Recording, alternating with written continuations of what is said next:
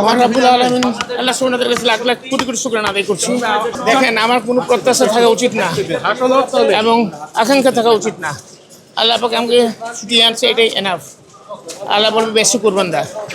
তারপরে যদি কোনো দায়িত্ব আসে ইনশাআল্লাহ নিশ্চয়ই সেটা সরকারের সাথে পালন করবো ইনশাআল্লাহ। এটা সময় লাগবে বলবো। দর্শক, এই মুহূর্তে আপনাদের দেখানোর চেষ্টা করছি লুৎফুজ্জামান বাবর দেখছেন যে সংসদ ভবনে প্রবেশ করছেন এবং শপথ গ্রহণ যে অনুষ্ঠান, সেই অনুষ্ঠানে যোগ দিচ্ছেন এবং দেখছেন যে তিনি এই সংসদ ভবনে ঢোকার আগে তাদের যে তালিকা রয়েছে নবনির্বাচিত সংসদ সদস্যদের, সেই তালিকায় স্বাক্ষর প্রদান করছেন। আপনাদের এই মুহূর্তে দেখানোর চেষ্টা করছি।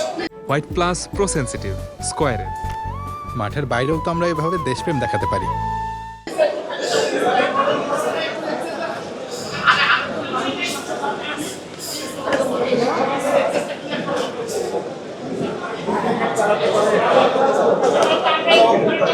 এই মুহূর্তে দেখছেন যে লুৎফুজ্জামান বাবর তিনি আসলে